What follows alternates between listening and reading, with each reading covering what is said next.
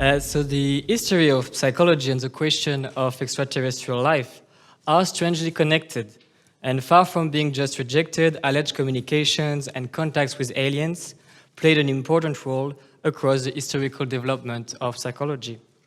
A role remaining, in my opinion, widely hidden and very unacknowledged. But on the other hand, the strong connection between esotericism and UFO traditions has already been attested. A vast and expanding literature exists about the dynamic of influence from the occult milieu on UFO religions and among flying saucers, alleged siders, contactees, or abductees. Nevertheless, a connection with the history of psychology itself seems to have been more neglected, whether it is from the field of psychology or from the historical study of esotericism. So the research I am presenting here today focuses on two major figures of the psychological discipline who dared to approach the question of extraterrestrial life.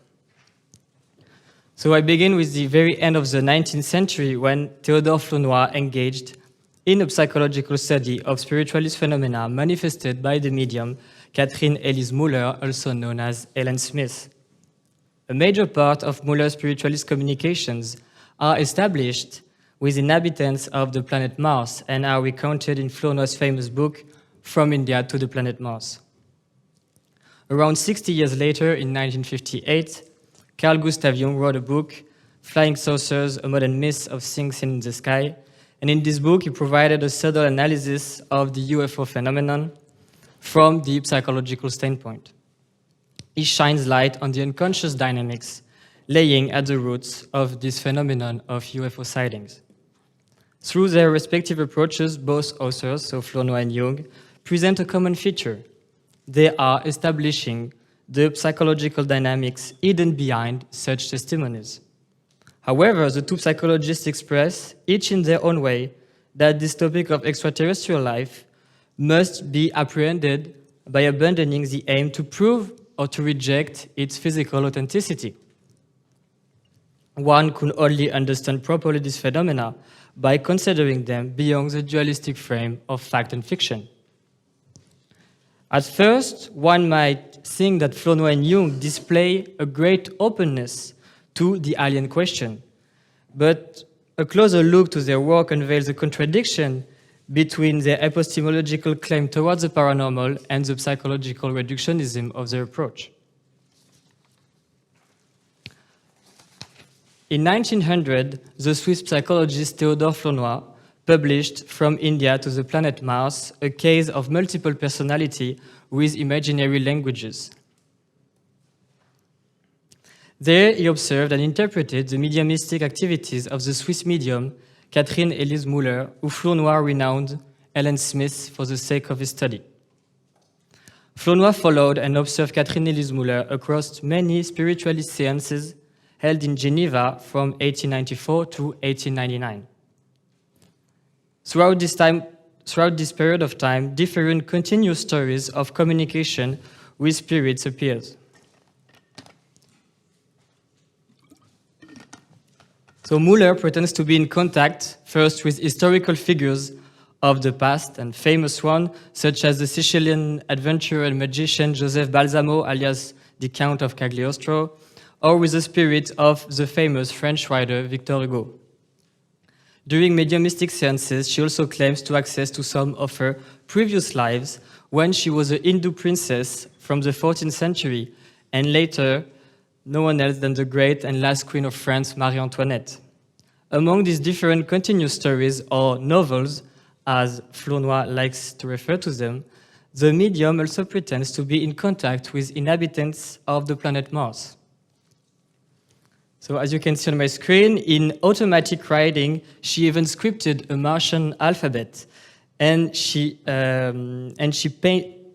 the Martian alphabet, she will of course translate it in French afterwards, so the public could understand the message of these communications. And she also painted a Martian landscape, as you can see on the screen. She saw in somnambulism or trance state of consciousness.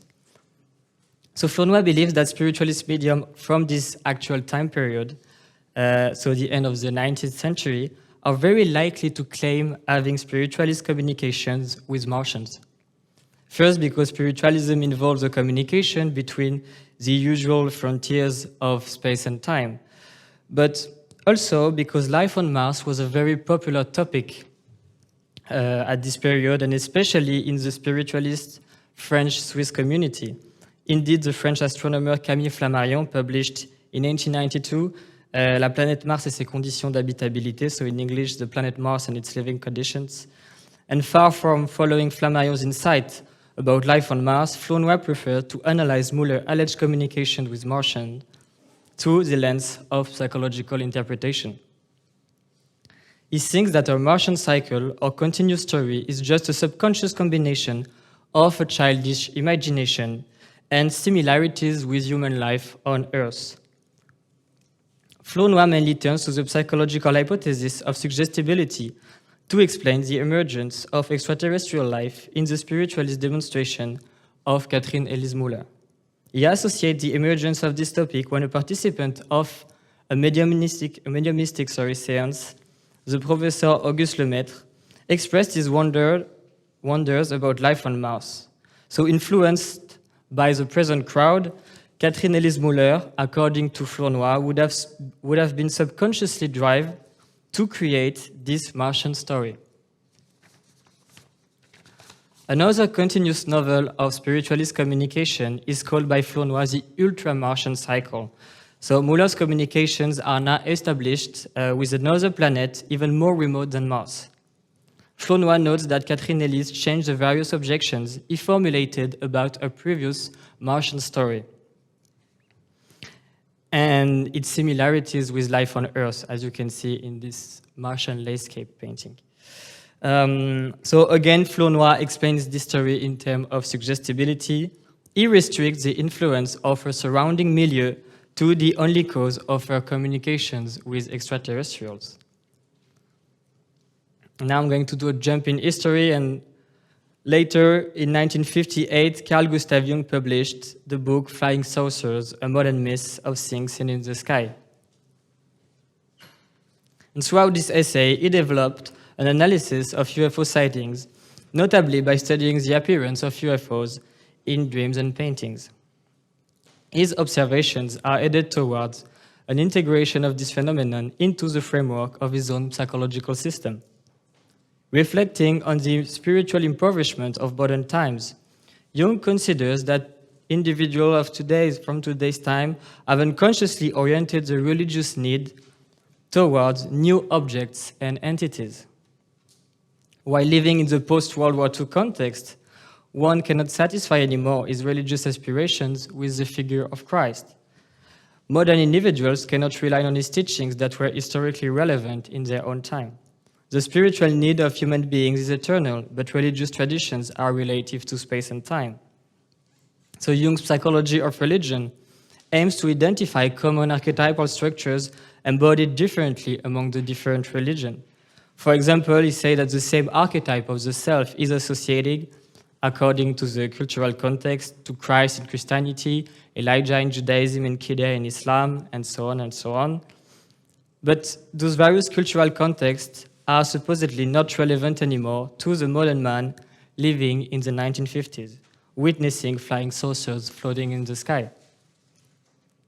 The representation of the archetype of the self must take a different form adapted to a new temporal context.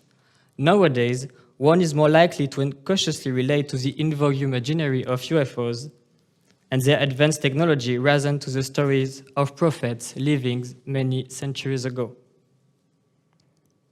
Jung argues that the psychological process is causing the apparition of the UFO phenomenon. Seeing unidentified objects flying in the sky, though allegedly flew by extraterrestrial beings, result from a dissociation phenomenon. Inspired by the French psychologist Pierre Janet, Jung talks about dissociation as, quote, the tendency to split means that parts of the psyche detach themselves from consciousness to such an extent that they not only appear foreign, but lead an autonomous life of their own, unquote. If Janet considered dissociation as a pathological phenomenon, Jung rather think of it as a normal function of the psyche. Dissociation is not only reduced anymore to a symptom of schizophrenia or hysteria. Jung understands UFOs as being a part of the psyche remaining within the unconscious. Because this part of ourselves is not consciously accepted, it takes the form of an objective and external object, so a UFO in this case. Jung gives two reasons for this emotional distress and psychic dissociation in the global context of his time. And the first one concerns the nuclear threat of the Cold War context. Jung associated it with the Russian atomic armament and its dangerous consequences for the West. And UFO sightings of the 1950s mainly took place in the United States, where the population was collectively stressed out by the nuclear threat. The second concerns, according to Jung, the problem of overpopulation on Earth. According to Jung, there is a widespread unconscious feeling that there is more people living on Earth than what our planet is able to sustain. Thus, UFO believers see some higher beings coming from spaceships, evoking the possibility of an extraterrestrial life, an unconscious projection to resolve the anxiety of overpopulation on our own planet. So, in spite of their psychological reductionism, both Flournoy and Jung claim to remain open to the physical authenticity of extraterrestrial life. And across the book From India to the Planet Mars, Flournoy insists on his open-mindedness regarding the reality of paranormal phenomena while not giving up on the scientific requirements of his profession. He does acknowledge the limits of the exclusively scientific approach of a new phenomenon.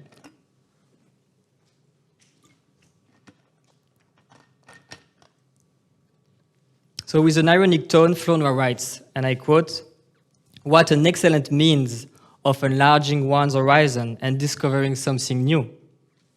By being satisfied with one ready-made science and preconceived opinion, quite convinced beforehand that the universe ends at the whole opposite, and that there is nothing to be obtained beyond that which the daily routine has accustomed us to look upon as the limit of the real," unquote.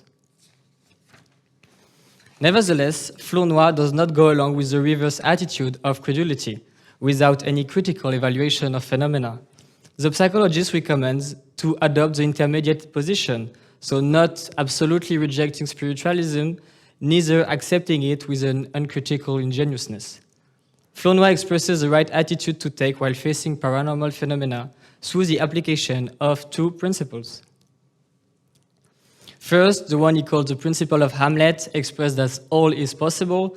Flournoy refers here to a famous quote from Shakespeare, Hamlet, Act 1, Scene 5, quote, "There are more things in heaven and earth, Horatio, than are dreamt of in your philosophy," unquote.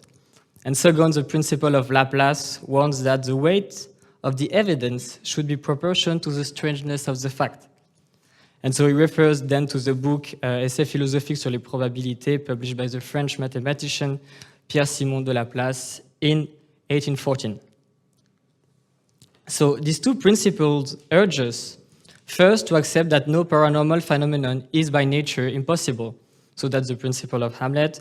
And secondly, to acknowledge the limits of our current knowledge facing extraordinary phenomena, principle of Laplace.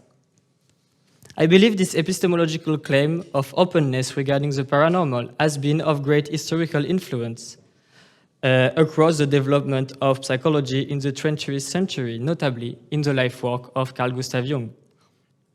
The influence of Flournoy on the latter has already been established, and there is many articles about this. When Jung broke up his collaboration with Freud in 1913 at the Munich Congress, Flournoy traveled there to show his support to Jung, and Jung himself considered Flournoy as a fatherly friend. In 1902, Jung wrote his PhD dissertation on the same topic as Flournoy's work, spiritualism. And in this study called On the Psychology and Pathology of So-Called Occult Phenomena, Jung established a psychological analysis of his cousin, which was the medium Helen Preiswerk. So across his dissertation, Jung leaned more on Théodore Flournoy than Sigmund Freud, who was still a great influence on Jung at this time. So Jung appealed to the psychological analysis of spiritualist phenomena can partly be attributed, in my opinion, to his reading of Flournoy, and notably the book From India to the Planet Mars. Jung engaged in this obscure field of investigations since the very beginning of his career by writing his doctoral dissertation on a case study of spiritualism. It seems that this open-mindedness towards the paranormal never left Jung, because he published this study I mentioned about the UFO phenomenon in 1958, so 56 years after his first work on spiritualism. In A Modern Myth, he also showed a peculiar epistemological position regarding the authenticity of extraterrestrial life. Jung considers that 3 scenarios might explain the UFO phenomenon. So, first case, the objects seen in the sky are real, and therefore a new myth has been introduced in modern culture.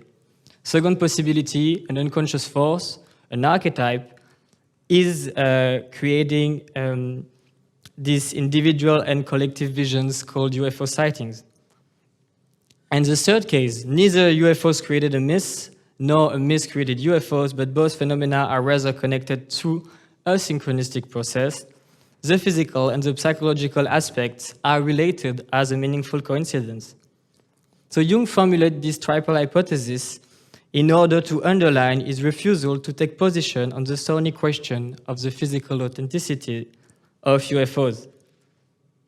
So as a psychologist, his epistemological claim about extraterrestrial life is in accordance with Flournoy's. However, Jung only adopts the second scenario in all of his argumentation. His theory is all oriented towards the assessment that an archetype is creating the vision of UFOs. So in the end, like Flournoy, Jung falls inevitably in psychological reductionism, even if he pretends to be open-minded about the possible physical authenticity of extraterrestrial life. His study of the phenomenon only aims to reduce it to a psychological origin. So in spite of their claimed open-mindedness towards the question of the physical reality of extraterrestrial life, the psychological epistemologies of Flournoy and Jung reduce the problem of ET life to a psychological projection. In their argumentation, they don't really give any credit to the hypothesis of a physical origin. Thereby, one can remain disturbed about their proclaimed ambition to preserve the physical possibility of extraterrestrial life, while their analyses are obviously headed towards the opposite direction. They are obviously appealed to the paranormal, and Jung was also appealed to spiritualism since the very beginning of his career. But as psychologists, it seems that they can only accept an exclusive psychological reality of spiritualism and UFOs encounters. So, to conclude, I want to say something about the posterity of these 2 books. And the book from Flournoy, the book of Flournoy, From India to the Planet Mars, influenced notable individuals like surrealist artists, linguists, and psychologists. But his understanding of ET life, reduced to the influence of suggestibility, had not much consequences among the field of ufology. On the other hand, the posterity of Jung's book, A Modern Myth, is completely different, and this essay was widely influenced across the development of UFO studies. Jeffrey Kripal notes the decisive influence of this book on famous authors in the domain of ufology, like Paul Misraki or Aimé Michel, and other authors like Jacques Vallée, and it will be the topic of the next talk, and the sociologist Bertrand Meilleux, often refer to Jung, but also question his psychological reductionism. They acknowledge the benefit of the archetypal projection hypothesis, but still remain critical about this theory. How could it be sufficient to really grasp the extraordinary experiences of UFOs abductees, for example? While drawing upon Vallée's work, I believe Meilleux made a very insightful comment about Jung's theory. I will be finished soon. I'm just translating his comment because his book is not, to my knowledge, translated in English yet. I quote, "Being abducted and teleported by an archetype, this is all but common. Is it even conceivable? Unquote. Indeed, the reductionism of the psychological approach of extraterrestrial might fail to relate to the strangeness of individual experiences. Flournoy's and Jung's theories seems to reach their limits when abductees testify of what they lived. One might argue that many sightings testimonies are too uncanny to be only related to a psychological origin. These sightings can indeed take such a variety of forms and manifestations, but the exclusive psychological explanation appears insufficient to cover it all. So many aspects of the UFO phenomenon are left unexplored by the narrowed psychological analysis. In this regard, I would like to finish my presentation with a quote from Jeffrey Kripal, inspired by the work of Vallée himself. Quote, "We cannot begin by assuming what UFOs are. We cannot begin by assuming that they can be reduced to normal physics or normal psychology. Obviously, they cannot be. They are their own thing." Unquote. Thank you very much.